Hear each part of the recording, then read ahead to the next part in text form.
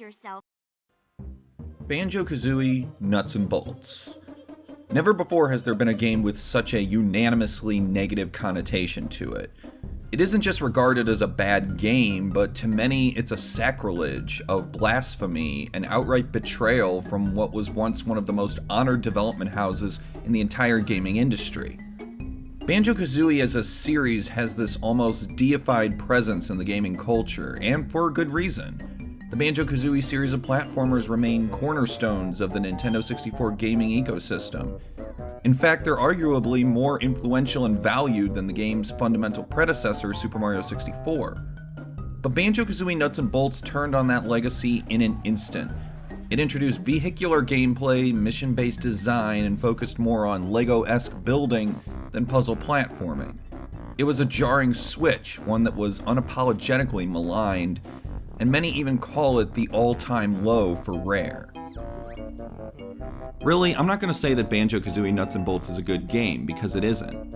But I think it goes far beyond than what it represents as a commodity. Banjo-Kazooie Nuts and Bolts misreads so much about the gaming culture that it manages to create a number of problems simply by existing in its own era. I think we're overlooking a lot when it comes to this game, so I want to set the record straight once and for all, and show everything that I possibly can about what many people consider as Rare's greatest failure. Maybe we can see where Rare went wrong and see what can be done to turn this experiment into the creative success that the devs wanted it to be. Now this is going to be pretty different from any other video that I've made thus far simply because there's so much to talk about. I want to examine every single element of this game no matter how small, because for a game with such a reputation, very little is discussed regarding its gameplay or design. So with a deep breath, let's workshop it and see if we can fix Banjo-Kazooie Nuts and Bolts for the Xbox 360.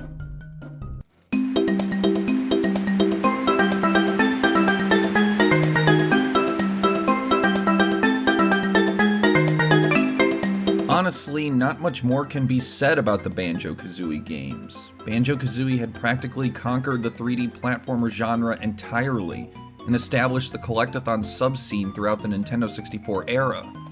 It set the bar when it came to level design in a 3D space, building around environmental puzzles while still keeping the aesthetic direction of the Super NES intact. It was a game built around collectibles, but it did so in an introspective way, encouraging exploration and scene placement, and rewarding the player for solving puzzles and digging deeper into the game's many worlds.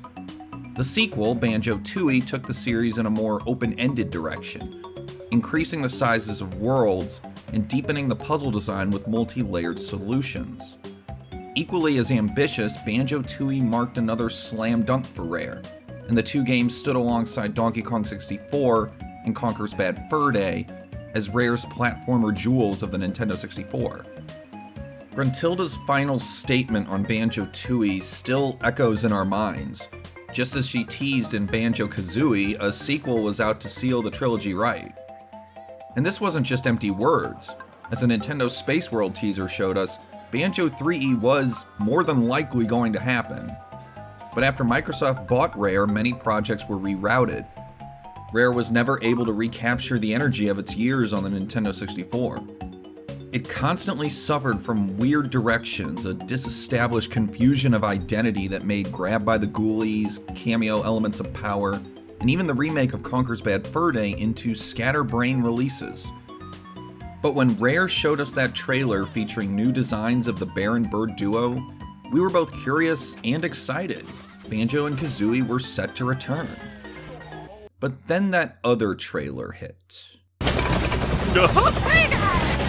While I really wanted to give Rare the benefit of the doubt, the scenes of cars, boats, and planes resonated across the internet, and I admittedly stood against them. This seemed like a mistake, a blatant pandering to an uncultivated and undisciplined market who could care less about the original Banjo-Kazooie games. It was clear that Rare wasn't after the attention of Banjo-Kazooie fans, yet they certainly received it, though not necessarily in its best form. But as a kid in college, clinging to whatever digital entertainment he could find, I was admittedly curious. I wasn't actively excited for it, though. Hell, I was more excited for the XBLA release of the original Banjo-Kazooie. I mean, come on, that game's amazing.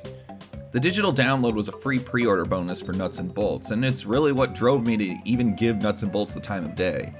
So after 100% completing Banjo-Kazooie for the third time, I thought Nuts and Bolts, for what it's worth, deserved its fair shake. Banjo-Kazooie Nuts and Bolts is totally aware of how long it's been since the last Banjo game. The lengthy, retrospective cinematic and the design of the now overweight duo shows this hiatus has taken a toll on the series and its titular heroes. As Gruntilda reemerges, still a skeletal head from the end of Banjo-Tooie, the scuffle begins, only to be halted in a comically terrible pause effect. We're then introduced to the Lord of Games, or LOG for short, the master of all video games.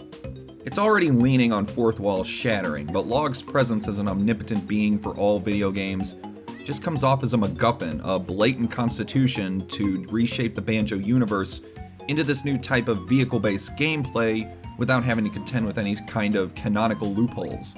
LOG literally rewrites the world that Banjo and Kazooie exist in. But to justify this, LOG sets up a scenario for the characters. He spreads Spiral Mountain with hundreds of collectibles, and the player is then given control of Banjo in his slow, pudgy form. As the player collects the icons, LOG then stops the sequence, claiming that the old-school collectathon gameplay is simply not up to par with modern gamer standards. This scenario is a blatant straw man, a negative extreme showing the collectathon subgenre in its worst form. LOG and the developers use this negative extreme to dismiss the genre entirely, giving themselves an excuse to move into this new vehicle-based gameplay. The fact that this situation is explicitly programmed into the game shows a conviction to dispose of the old. If anything, that eagerness to denounce the series past doesn't just feel unjustified, but it also feels disrespectful to the fans. It's not unusual for a game to poke fun at itself, and the Banjo-Kazooie game's sense of self-awareness has always been a part of their charm, a subtle element of their DNA that has made their writing very entertaining. But when a game shows such eagerness to attack its own legacy like this, it feels wrong, especially when it involves a group of people that more than likely didn't participate in the development of the older incarnation. This opening scene doesn't just attack the collectathon genre, but in being so forward with its actions, it also says to the player, look at how bad this is, who could like something so tedious? Here, we'll give you something better. This alone feels pretty jarring, and depending on how you interpret the scene, a seemingly all-powerful figure who reshapes the world based on fickle trends, while insulting the dedicated fan base, this could very well hit close to home. But this isn't even the worst case of Banjo-Kazooie Nuts and Bolts going after its own legacy. There are worse examples, which we'll get to later. For now, let's talk about the main gameplay and associate ourselves with the central hub, Showdown Town. Showdown Town acts as Nuts and Bolts' main hub world. You travel to each major level through portals, each designated with its own episodes, a la Super Mario Sunshine. Even the initial entrance animation to the levels looks like that game too. Showdown Town is where you're introduced to Mumbo's Motors, the game's internal vehicle construction location. You can also buy parts and blueprints from Humbawamba, free imprisoned Jinjos for extra notes, and generally explore. As a hub, it's decent on aesthetics. Nowhere near as creatively designed as Gruntilda's Lair, mind you, but it emits a homely vibe very much like a typical UK town. That being said, Nuts and Bolts tries to go the Grand Theft Auto route and populates its town with random NPCs, who do more to get in your way than offer a sense of setting presence. There's so many of them, and they ultimately make the world difficult to navigate, especially early in the game when you don't have many upgrades to ease navigation. Showdown Town feels unnecessarily cramped for a hub that encourages vehicle transport. While your car isn't enormous, the narrow roads and gates make exploring the town more hassle than it should be. Other parts of town are spacious and more picturesque, and while that's good for variety and identifiability, these feel underdeveloped. The outskirts also don't have much for the player to actually do, aside from a few collectibles that may or may not make your effort worthwhile. The vehicular navigation is outright demanded as well. LOG takes away all of Banjo and Kazooie's moves from prior games at the start. This leaves Banjo slow and neutered on moves while outside of your vehicle, so you're forced to contend with the sketchy driving controls to get around. The only time Banjo on foot seems essential from a platforming standpoint is traversing tightropes for notes, but this is hampered by terrible controls, especially when jumping to a nearby roof. The hub world of Banjo-Kazooie Nuts and Bolts feels like a hub, and I don't mean that in a positive way. It's unaccommodating, making you want to leave it right away through the level portals scattered about. Even if that practical motive is the case, it doesn't justify Showdown Town's poor design. You do see a lot of familiar faces across Showdown Town, almost all of them from past Banjo-Kazooie games. The redesigns are subtle most of the time, though I'm still puzzled as to why Humbawamba got such a drastic redesign. She looks a lot like Cameo from Cameo Elements of Power now, and considering how little the other characters have changed, it still perplexes me that she was the focus when it came to redesigns. The high-definition graphics do a respectable job of presenting the world, though like many HD games, when your lighting is that intricate, it can make cartoony games seem less so. It's not an outright detriment, but it can make Nuts and Bolts look less like a Banjo-Kazooie game in aesthetic. But before we dive into the levels themselves, I want to examine the major mechanic of Nuts and Bolts: vehicle construction. At Mumbo's Motors, you can construct various vehicles which can then be used to explore the world you enter. Depending on your unlocked parts, you can build a car, truck, boat, plane, helicopter, or even more abstract vehicles like spring-loaded walkers or weapon turrets. Vehicles are downright essential to Nuts and Bolts, so learning to build your transport of choice is a 101 class. Fortunately, the vehicle design system is actually quite intuitive. It has a very fluid camera system, a selection of menus and commands that makes sense, and overall, it's about as lacking in intrusiveness as it can possibly be. Individual rules make logical sense. Guns need ammo, engines need fuel, etc. While it doesn't require you to make an aesthetically pleasing vehicle, the game's physics encourage you to do so. And even if things get sketchy, you can test your vehicle in the test track to see how it handles various terrain and environments. Really, I can't say there are many issues with the construction elements. Aside from a few convoluted elements like naming your vehicle and some parts that just don't have any use, it's about as hassle-free as a vehicle building system can be, so good on you, Rare. Before you travel to your first level, Log unloads a globe from his game factory. To open the level, you must deliver the globe to a platform using the magic wrench given to Kazooie. Actually, let's talk about that. In exchange for the neutered moveset, Kazooie now holds a wrench which can be used to levitate items using the right trigger or to activate wrench switches. The wrench can pick up items easily, but you will quickly notice how sketchy the game's physics are. Nuts and Bolts physics on occasion guide your item to a place where it would normally rest, like a vehicle cargo bay or a platform, but the physics are noticeably floaty, and it's easy to lose control over your items when in tow. Targeting an object to lift is also a problem, as getting the correct object to catch that target glow is a real chore. Kazooie can also automatically warp you to your vehicle by holding the Y button, which is a handy feature, though it can't be used during a mission. That's cheating, Log says. Finally, you can absorb your broken vehicle parts with the right bumper, but this is easily where the physics are at their worst.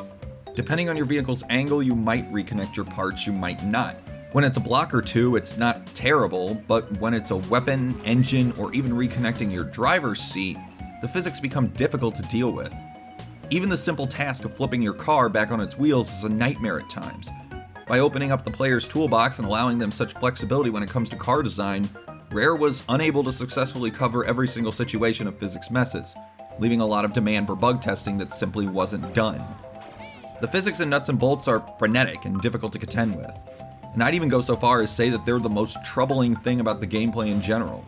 There are simply too many situations where you're at the mercy of the physics, and it destroys many of the better moments of creativity Nuts and Bolts offers. Probably the biggest disappointment with Kazooie herself, and it's more a thematic point than a mechanical one, is really that this is all Kazooie does in Nuts and Bolts. Well, she does mouth off in dialogue, but without any integral moves beyond the wrench, her presence feels kinda pointless.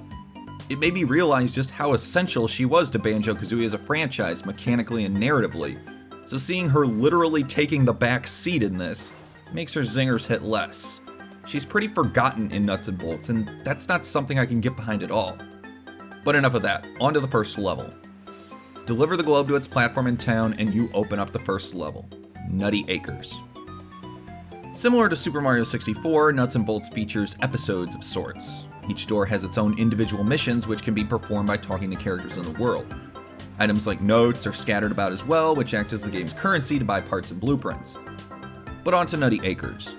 Nutty Acres is a large, spacious farmland where Mumbo Jumbo as a farmer harvests nuts from the foliage around the level. Now before you start snickering, yeah, they're nuts. It almost feels totally lacking in subtlety, as Rare have been known for sexual innuendo in their games, but Nuts and Bolts feels oddly upfront about it. Whatever. But regardless of Rare's penchant for sexual humor, Nutty Acres features green pastures, trees, a nut crop field, beaches, a volcano, all surrounded by ocean waves and centralized with a farm in the middle. The first thing you'll likely notice is how spacious Nutty Acres is. Despite what I named, there aren't many actual landmarks for Nutty Acres based on its size. I mean, I understand why the level is big and empty, to accommodate for the vehicles and giving them the room they need to travel. While that makes sense, Nutty Acres is still very empty. The gap between the major landmarks is enormous, and it's not a particularly interesting level. While the airspace is plenty beautiful and the level does give the aesthetic impression that you're actually in the globe that you delivered, Nutty Acres is a terrible first impression. But all of the levels feature missions now, instead of simply finding the Jiggies. The missions in Nuts and Bolts are accessed by talking to the different characters, now taking other roles apropos to the level's theme. Mumbo's a farmer, Humba is his anxious wife, Klungo's a goofy farmhand, etc. The missions vary depending on which episode you enter, but they are all vehicle-based. Depending on which mission you pick, you will either use a preset vehicle, or given the option to create your own vehicle. It's here where the construction element is pushed. When the mission allows it, you can use a vehicle you create so you can complete a task in whichever way you wish. This opens up the solutions quite a bit, and being able to get creative in how you complete a mission is a great concept. In theory. Now I say in theory because the creative element has one major flaw. See that right there? That's a reward bar. It determines which rewards you get, so think of it as a ranking. The red ranking earns you notes, the yellow ranking earns you notes and a Jiggy, the blue ranking earns you notes, a Jiggy, and a Trophy Thomas trophy. Earning enough trophies lets you turn them in for another Jiggy. This ranking bar determines what kinds of rewards you get, and depending on the mission, it determines what kind of practice is the best way to complete a mission. In most cases, this is a timer, where completing a mission within the shortest amount of time gets you the best possible reward. This changes depending on the mission, obviously, like resisting the most damage, collecting the most items, etc. What does this mean? This means that you're not being judged based on how creative you are. You're being judged on how fast you play or how defensively you play. The easiest solution is to find which factor is the most important to your mission, whether it's speed, defense, and increase your vehicle stats based on that. Add a stronger engine to go faster, add more durable body parts to increase defense, build a vehicle with a wider carrying capacity to carry more items. This leads to a pretty big issue with Nuts and Bolts' framework, stat-based vehicle parts. A stronger engine will make your car go faster while demanding more fuel. As you progress in the game, you earn these stronger parts. These objectively stronger parts. If you need to go faster, you don't need to find a more creative method of getting faster, you simply need a stronger engine. Do you need more weight? Add heavier parts. Do you need better traction or ammo? Add more treaded tires or bigger ammo capacity. What all of this means is that the concept of creativity is nullified, and you can easily overcome any challenge by simply equipping stronger parts, not by changing any kind of creative strategy, or even simply by playing better. Nuts and Bolts immediate just ends up meaning nothing. Since you're always given this option of earning better parts, you have no incentive to get creative. You can stick to the strategy. Now there are situations where changing a strategy can end up helping. For example, Nutty Acres features one mission where you must protect a prized trophy from airborne baddies. At first, I tried souping up my plane with firepower and engine strength to take out enemy planes, but I continued to have the trophy attacked by the enemies. I couldn't keep them from damaging it. So instead, I changed my strategy and built a durable copter and hovered over the trophy, taking the hits from the enemies. While my first plan failed, this second one succeeded. It's here where I was able to experience my creativity coming to life. Having multiple ways to complete a single objective is what Nuts and Bolts aims to promote, but these situations are rare, and you're mostly given a single variable that leads to victory. I wish more missions followed the flexibility of this particular one, but thanks to singular advantages in stat-based vehicle parts, you simply need to tweak a single statistic with a better part to earn success. And really, Nutty Acres doesn't have very many interesting missions. They range from races to deliveries to horrible protection missions. There are a few curveballs, like the return of Banjo-Tooie's Mr. Patch, though it plays exactly like the boss fight in Banjo-Tooie did, just with better controls. I think the reason this level is so underwhelming is because of the world itself. Without any identifiable or unique landmarks, Nutty Acres doesn't have any real personality, forcing simple and derivative mission types to pepper it. As I said before, Nutty Acres may make sense mechanically, but it doesn't do much at all in making a good first impression. So once you complete a mission, you're awarded notes, a Jiggy, or a Trophy Thomas trophy. Well, sort of. You get the notes immediately, but getting the Jiggies is another story. Every Jiggy you earn in a level isn't just given to you. You need to go to the level's specific Jiggy dispenser in Showdown Town, use the wrench to dispense the Jiggy, and bring the Jiggy to the central Jiggy container in the middle of Showdown Town. The same goes with any Jiggies earned from collecting Trophy Thomas trophies. You need to fetch and deliver the Jiggies to the container in the middle of town.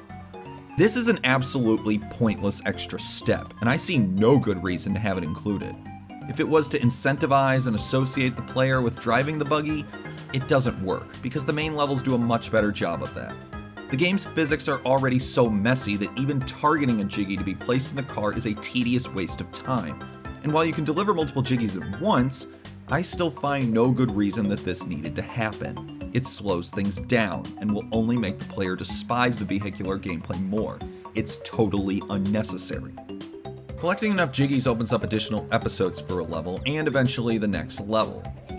However, some levels are grudge matches against the antagonist Gruntilda, which can earn you important parts that act as Metroid-style upgrades to explore more of the town. For Nutty Acres, you must take back a special nut from Gruntilda. I was able to beat this episode solely by abusing the game's physics, nudging my car next to her and using Kazooie's wrench to take it from the witch's cargo bay. Honestly, I have no shame in this, as the physics are sketchy enough as it is. Defeating Grunty's first challenge nets the player the high grip wheels, which let Banjo drive a vehicle up steep inclines, and also give the cars better handling. Immediately, it makes the trek up to Log's Game Factory much less of an ordeal, allowing you to drive up a hill instead of winding around the entire mountain. Eventually, the player unlocks a second world, named Logbox 720. If the name wasn't a giveaway, the second level is designed as the inside of a video game console. You'll see circuits, CPUs, coolant, giant fans, graphics processors, spinning game discs, and more. Already, Logbox 720 has a much better aesthetic than Nutty Acres. It's stylized, but not excessively so, and the way different NPCs talk about the internal components of the console is pretty clever. You'll hear things about frame rates, cooling down fans, and Humblewumba dons a pretty forced, but still pretty funny persona as the girl gamer. The level also has some nice little touches to preserve its statement as the inside of a console. For example, running into a GPU in the world will cause the player's screen to stutter and pixelate, as if Banjo and Kazooie are driving inside the very console you're playing their game on. However, from a more structural standpoint, Logbox 720 isn't as accommodating as Nutty Acres is, though it has a more multi-tiered architecture that doesn't make it easier to navigate. Driving a land vehicle is difficult because of how easy it is to fall off higher paths. Driving a sea vehicle is difficult because of how little water there is in the level, and the only water is on the top floor in a pool of coolant. Driving a flying vehicle is difficult because it's easy to run into pathways from below. It also begins a continuous trend of levels to be best explored in an air vehicle. Because of the little amount of water for sea vehicles and the limited vertical scaling abilities of land vehicles, getting a plane or copter is the easiest way to get around any of the main levels. This all being said, Logbox 720 is a major improvement over Nutty Acres simply in how diverse its structural design is. It's not a single flat plane with sporadic landmarks, it's a fully active machine, and the stage benefits greatly from that identity. As far as missions go, it's really more the same. Races and deliveries for the most part, along with occasional examples of more interesting missions.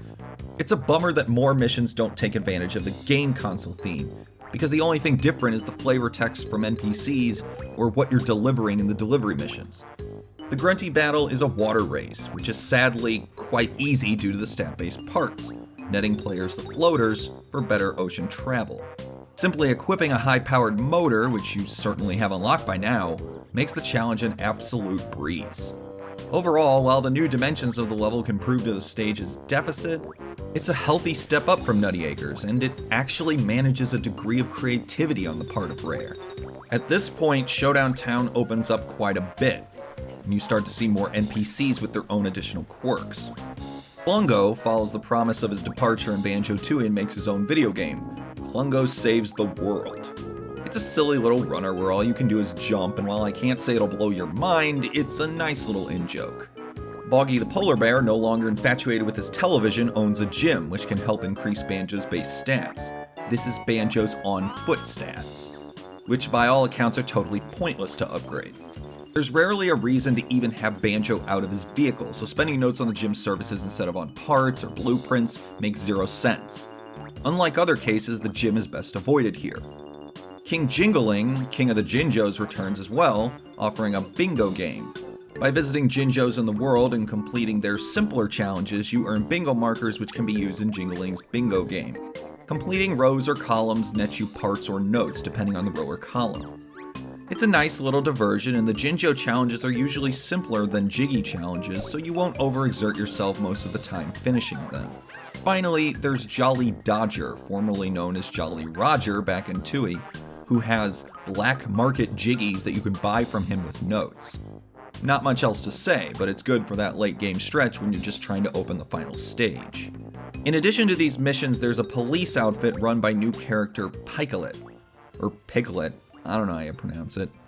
Sometimes your car will be run down by police trucks, which seem to think you dispensing Jiggies is thievery, and they tend to ram into you anytime you touch their car, even by accident.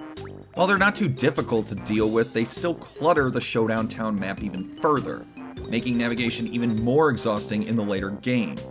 That being said, the upgrades to your car that you get at this point make exploring easier, so you don't feel nearly as boxed in as you did from the start. World 3. World 3.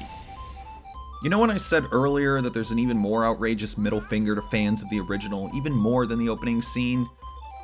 Well, here's World 3, Banjo-Land. Banjo-Land is a giant museum composed entirely of memorabilia from past Banjo-Kazooie games. You'll see plenty of familiar faces: Clanker from Clanker's Cavern, the Graveyard from Mad Monster Mansion, Targetson from Mayhem Temple, the Snowman from Freezy Peak, the giant ship from Rusty Bucket Bay, and more.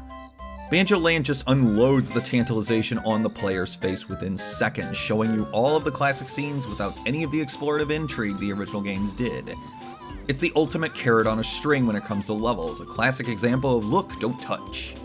You're given all of the scenes, only to remind you of the good old days as a major tease. When it comes to cruelly misrepresenting its own legacy, Banjo-Land does it in spades. The worst part? This is, from a structural standpoint, the best designed level in the game. It's spacious without feeling bleak, it's stylized without feeling cluttered. There's vast opportunity on land, sea, and air.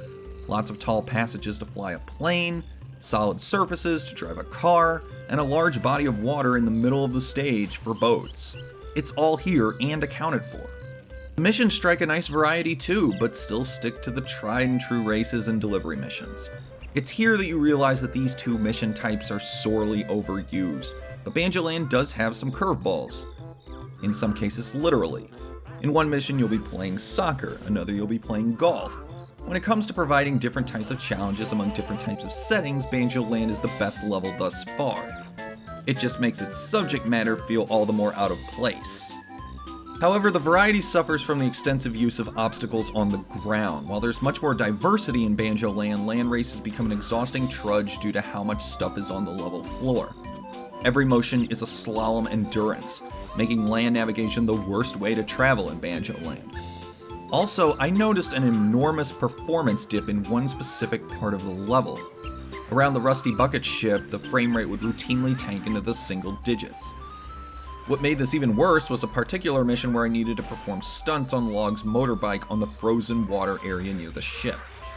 The mission itself was already a colossal nightmare thanks to the sketchy physics and the bike's inability to stay right side up. But when the frame rate was reaching such sluggish speeds, it was absolutely unplayable. This mission was the only mission I tried in Nuts and Bolts that I simply couldn't finish with first place rewards.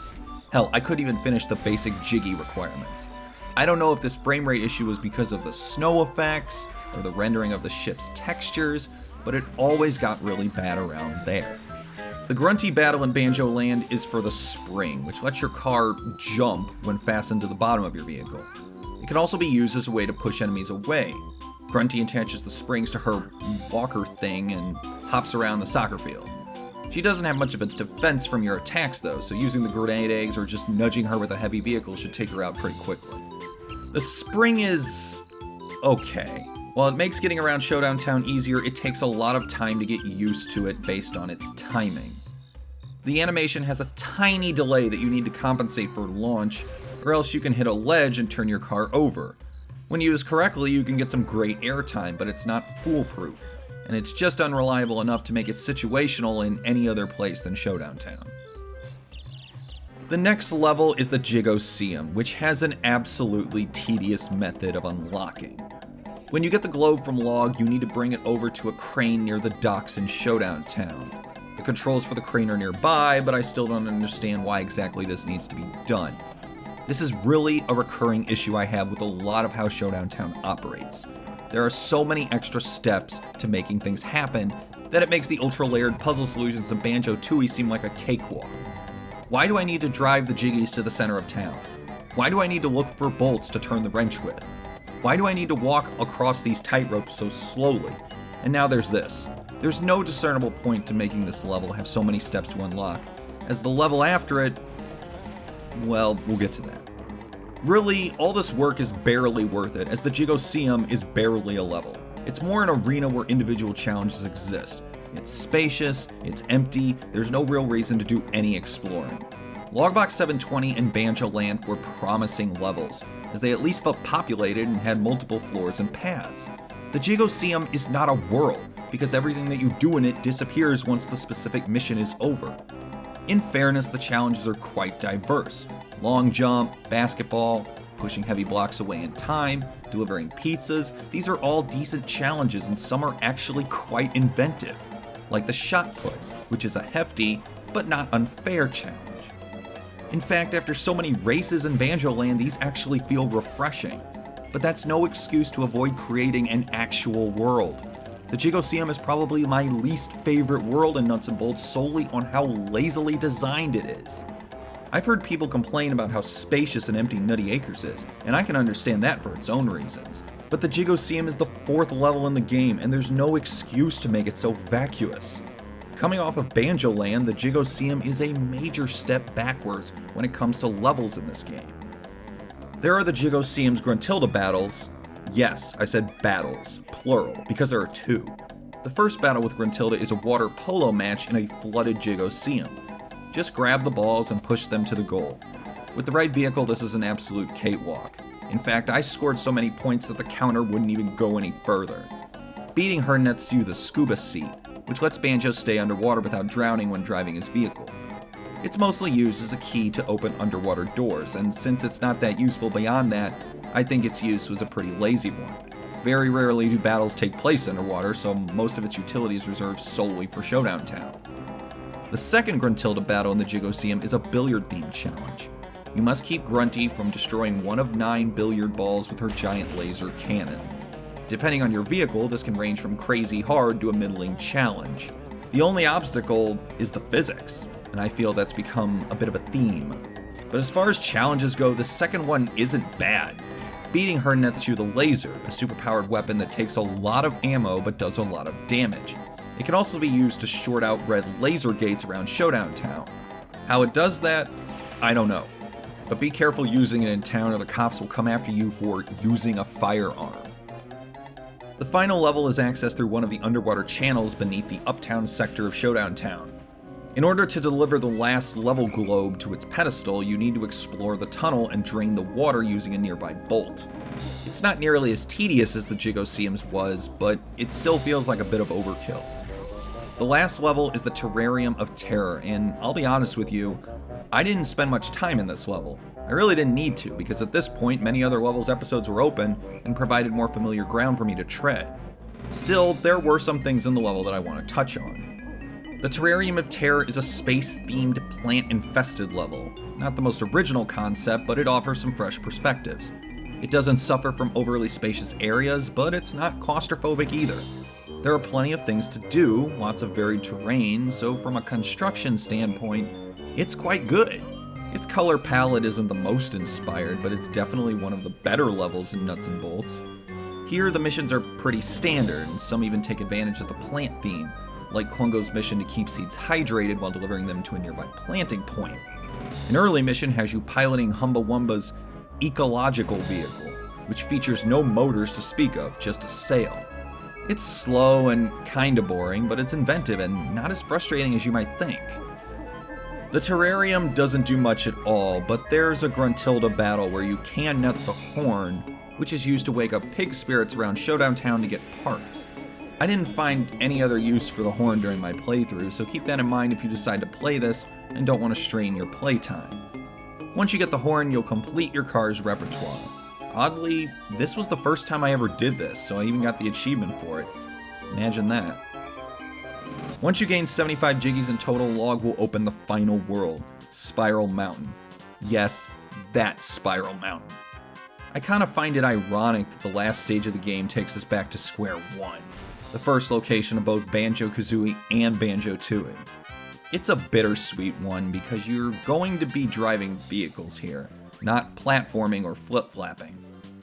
Before you take on Gruntilda for the final fight though, Log wants you to complete a few extra challenges in his own mission. You earn Jiggies for each challenge, but you're at the final boss already, so unless you're going for 100%, there's no real benefit to them. The challenges range from driving in a certain area, destroying targets, delivering Grunty's Tower Eye and putting it where it belongs, traveling through checkpoint rings, and delivering honeycombs. You don't get to switch vehicles between each challenge, so this is the game challenging you to make a multifunctional vehicle. This honestly isn't hard if you've been relatively diligent on side content, and you'll have things like foldable wings, grenade guns, floaters, cargo bays, and maybe even some extra bells and whistles like the Robo Fix for precaution. In between each challenge, Log will go through the Banjo-Kazooie tradition of asking trivia questions. Correct answers will drop seconds off your time limit, offering a chance at better rewards. The trivia questions aren't too difficult, especially if you played the first two Banjo-Kazooie games, because there's a notable amount of questions related to those games. I have no idea why, but it bears the question whether this game was targeting the original game audience and not a new demographic. Either way, completing the challenges will open the final mission, the battle against Gruntilda herself, and this time, for reals.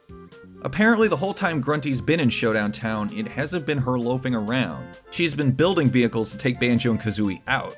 With them out of the way, she plans to level Spiral Mountain and build her own town, Grunty Acres. It's a nice little trick, and we do get to see the witch's goofy bravado again. In fact, I think Grunty's personality is very well preserved here. Unlike in Banjo-Tooie, she actually goes back to rhyming her dialogue, and some of the lines are real zingers, like when you beat her in the Terrarium of Terror and... ooh, well then. But don't expect this fight to be anything like past fights. Grunty's battle comes in 5 phases, each with its own vehicle. Once she's taken enough abuse, it's on to the next phase.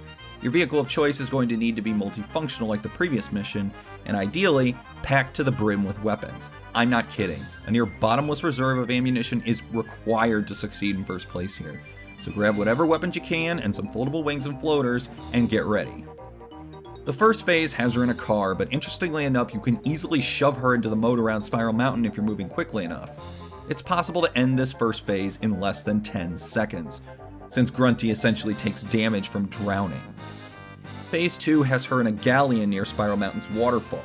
Here's where you certainly need those weapons, driving over to her vehicle with floaters that you hammer away on the weapons and rip her boat to shreds. Sadly, this shows the game's frame rate issues, as the constant stream of destroyed car parts is extremely taxing on the game's performance. One point even caused my game to freeze, requiring a system reset. Now before I move to Phase 3, I want to talk about something else. Up until this point in the game, I never really needed weapons on my vehicles, or more specifically, more than one weapon on my vehicle. A typical egg shooter or grenade launcher did the job in any mission that required it, but I never needed to make a full-on death cart. Until this last mission. The battle with Gruntilda is the first time I had to add so many extra gadgets and weapons to my vehicle, so it wasn't until then that I realized how poorly the game's component assignment system is. What I mean by this is that you can activate guns, weapons, foldable wings, floaters, and other gadgets with the X, B, and A buttons. The problem is twofold. The first problem is that when a weapon or gadget is no longer attached to your cart, the game automatically assigns another weapon or gadget to the face button, or if you have no more left, assigns nothing. The game doesn't reassign the original gadget when you have it back on your car. This means that you can often activate an entirely different weapon or part than you originally had there, which adds a ton of confusion when your face button is now something that affects navigation, like wings or floaters. This also leads to the second problem. Actually assigning the components is a nightmare. You can do this with either the pause menu, which stops the action entirely, or cycle through them with the D-pad. To my knowledge, the only way to preserve a component assignment from the beginning of a mission is attaching the parts in a very specific order in the car editor. The game doesn't make its face button assignment easy and fluid, and in the heat of a battle with Gruntilda, I was often pausing the game simply to set the assignments I wanted to use. Admittedly, this was the first time I noticed this, and in that regard I can see a bit of blame on myself for not associating myself with the interface beforehand. But this is unnecessarily tedious, and made preparing myself for this fight an ordeal in and of itself. So, on to phase 3. Next, Gruntilda is in a stealth camoed vehicle. It's pretty easy to spot, and the only real problem is actually an unexpected one. This is a pretty fast vehicle, not something you want to face when you're on the clock, but if you attack repeatedly, you'll eventually achieve victory. Nothing really complicated here. Phase 4 has Grunty in a fortress. She's mounted a ton of weapons to her vehicle and she's well armored around her control pit, though this means she can't move around very much. There isn't much complexity here as you simply need to wail on her with weapons, but it's here where the game's physics rear their ugly heads once more. Grunty has a lot of weapons, so expect parts to go flying routinely. If it's your car seat, you're probably better off restarting the mission, because there were many times where my cars simply wouldn't come together, and I'd see Banjo rolling around on the ground scrambling to get his car together. Phase 5 is the last one, and it's a flying battle. Remember at Banjo-Kazooie where you had to fight Grunty in the air while she flies on a broomstick? Well, she has a new broomstick, and she can also shoot lasers. You gotta take to the air and attack her. In theory, this is exactly like that original battle, just with ranged projectiles. Until you realize how cramped Spiral Mountain is for an aerial battle. Since Nuts and Bolts didn't change the architecture of Spiral Mountain, you're left with a stage design that wasn't built for high-action flight. Spiral Mountain is smaller than you think, and it can make aiming a ranged projectile difficult. An easy way out is to use the homing Kazooie missiles and a laser in a pinch. But making the aerial portion of the final fight at Spiral Mountain seems like a bad idea in retrospect. And I can't blame any of the devs here. Spiral Mountain was from a game in 1998, one without giant flying high-speed cars and planes, so I don't know, maybe a new level was in order. After finishing Phase 5, Grunty crashes to the earth, and right before she gets a finishing blow from Kazooie, Log intervenes and declares Banjo and Kazooie the victors and awarding them the deed to Spiral Mountain for good. After some horribly transparent conversation about them might not getting another game, Banjo-Kazooie and friends celebrate in Spiral Mountain while Grunty is banished to Log's Game Factory, filled with legendarily cruel titles like Viva Pinata Kart and Battletoads 2010. That last one hurts a lot.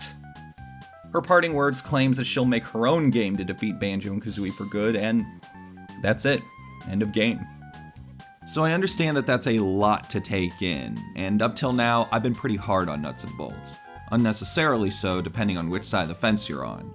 So I want to run down the biggest issues with Banjo-Kazooie Nuts and Bolts, and see what could be done to remedy them. Here we go. I'm getting this one out of the way first because it's the number one complaint I've heard folks say about Banjo-Kazooie Nuts and Bolts, bar none. This shouldn't have been a Banjo-Kazooie game. I don't think anyone can argue against that. The dramatic erasure of past techniques combined with the augmentation of the canon in general makes no effort to hide this. So much has to be done to the Banjo-Kazooie world to excuse adding in vehicles, and it all comes across as jarring. Log adds a bunch of NPCs across this new land of Showdown Town, gives classic characters roles that honestly don't fit with their personalities, and does so much to leech off nostalgia all simply to derive some sense out of itself. But it doesn't work. Nuts and Bolts is totally transparent in how much needs to be done to make this transition even close to fluid. Log is the ultimate MacGuffin, and the vehicle-based gameplay erases the number one gameplay identity that Banjo-Kazooie had as a series: collecting objects. Levels aren't open to exploration in the same way as the series is known for. Missions don't encourage curiosity. And while I admit there are a few moments of introspectiveness to Nuts and Bolts levels, it just doesn't adapt to the license that's pasted atop it. I think the worst part of this goes back to Log's attitude of the original games, that they're archaic. This hits too close to home for many, many people. Banjo-Kazooie Nuts and Bolts follows the tradition of being self-aware of itself. It was a big part of the game's charm, and the breaking of the fourth wall gave it a wit behind its family friendliness. It was something that could be enjoyed by all ages because of this dichotomy. But when so much of the game is different and the circumstances of its development like they are, canceling what would originally be another platformer, this doesn't feel like wit, this feels mean-spirited. I'm not against a series having self-awareness and even making fun of its past. But under the guise of an all-knowing omnipotence like Log, Rare's staff at the time didn't appear to be poking fun at their past out of reverence. They were doing it to excuse plugging in a trend like building cars. This is a rare case where the inclusion of a famous name like Banjo-Kazooie acts as a deterrent, not an advantage. Nuts and Bolts suffers from using the Banjo-Kazooie license.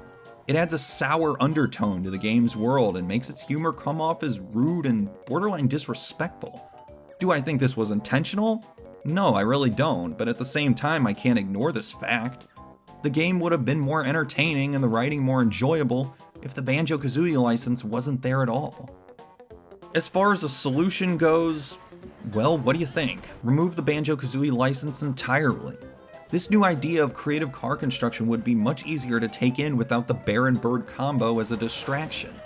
There wouldn't need to be so much revisionism and canon molding if this was a new IP. This could have been a fresh new franchise, and I think a lot of the core ideas could have held more water without the bear and bird on the cover as sore thumbs. The roles held by the other Banjo-Kazooie characters could have been easily filled by new faces.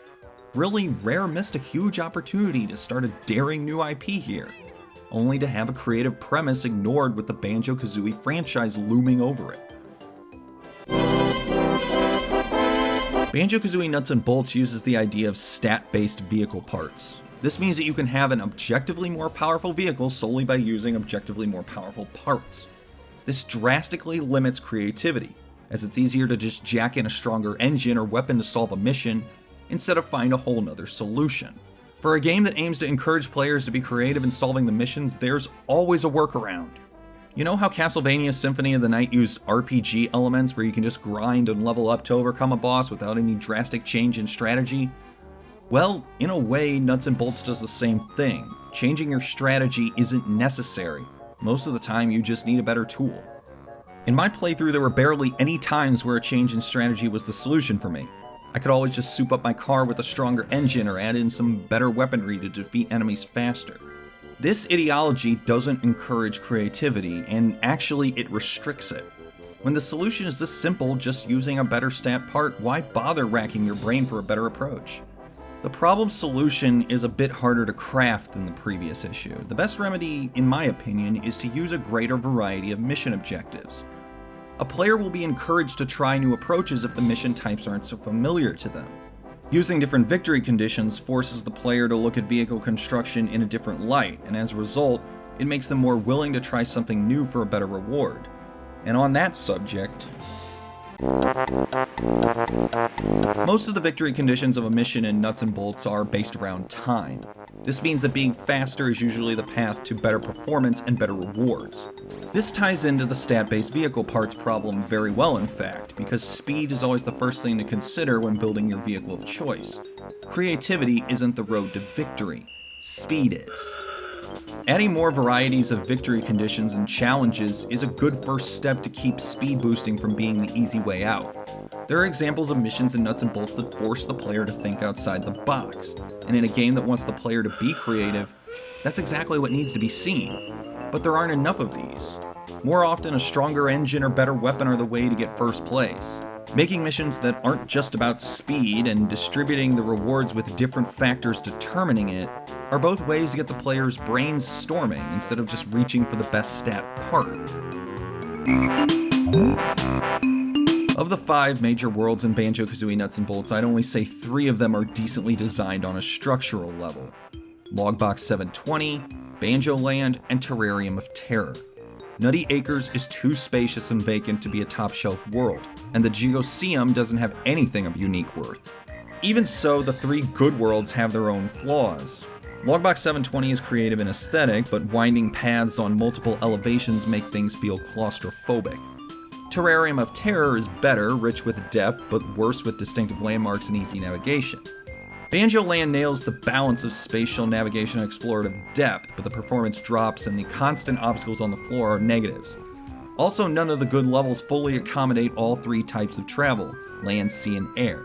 You'll find at least one of those types to be a pain to deal with, whether it's difficulty navigating or just not having any reason to use it. Spaciousness is a key factor to these worlds because vehicles need room to breathe and function right. but making things too empty leads to the problems of Nutty Acres. Banjo-Land has the right idea, and if the ground obstacles were toned down, it would be the closest that Nuts and Bolts can get to an overall good level.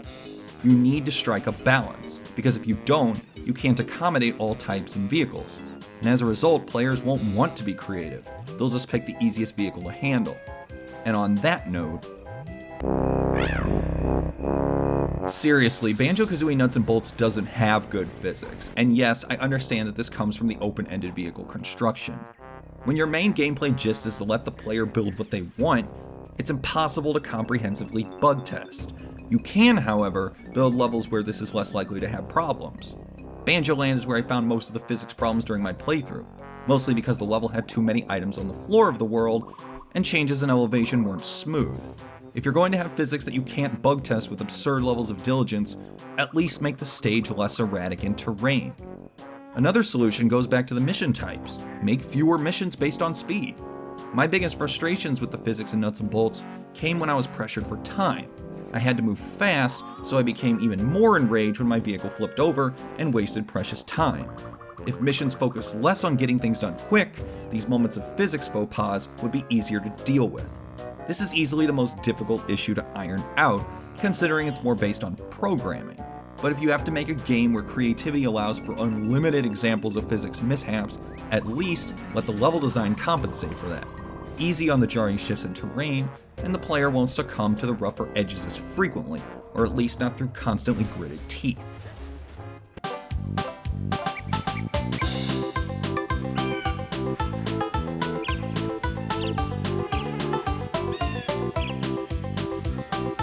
Banjo-Kazooie Nuts and Bolts is an infamous game. It's a game that makes a lot of soul sacrifices in an effort to try something new that was already a gamble with a fickle casual market. It was a risk that, based on the constant jabs that the series passed, Rare was too comfortable taking. There were so many revisions to the series' history and compromises made to an already sketchy gameplay framework, but with all this in mind, I can see the ideas at work. Banjo-Kazooie Nuts and Bolts is not a lost cause, and judged solely on its concept of vehicle customization and creative design, it's probably one of the more innovative games of its era. But innovation doesn't mean much when the gameplay is taxed so hard. The physics issues, the schizophrenic level design, and the limited mission types all force the ideas to the floor. All of this occurs with the series name being at odds with the gameplay. For a while I thought that everyone was actively ignoring the gameplay of Nuts and Bolts just because the Banjo-Kazooie name was mishandled. But after playing the game again, I can clearly see that the Banjo-Kazooie series should not have been tied to Nuts and Bolts' gameplay identity. It's an active detriment. In retrospect, I don't know who to blame for Nuts and Bolts' failure. Was it Microsoft's corporate meddling? Was it Rare's inability to let its classic series go? Was it a development crunch? Was it a defeat of concept? Regardless of who is to blame for Banjo-Kazooie Nuts and Bolts being the way it is, it at the very least got the community talking and pondering what happened to games like Banjo-Kazooie. The Super Mario platformers began to dwindle their focus on collecting items in favor of more linear stage design in games like Super Mario Galaxy and Galaxy 2, so there weren't many developers embracing the freedom of an open-world platformer like Banjo-Kazooie. A few years after Nuts and Bolts was released, indie developer Gears for Breakfast announced A Hat in Time, a game that aimed to recapture the spirit of collectathon games on the N64 like Banjo-Kazooie. It was one of the first games of that age to openly cite influence from the genre. A Hat in Time demolished its Kickstarter goal, and the game earned plenty of attention for its reverence towards this style of platformer.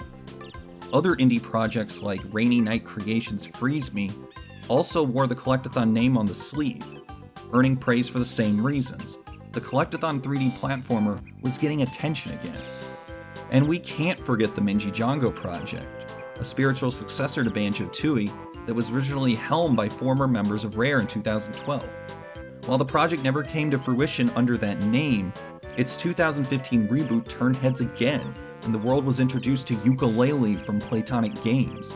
Yooka-Laylee was one of the most successful crowdfunding efforts in video game history, smashing past stretch goals and snatching attention as a platformer to fully honor the collectathon genre.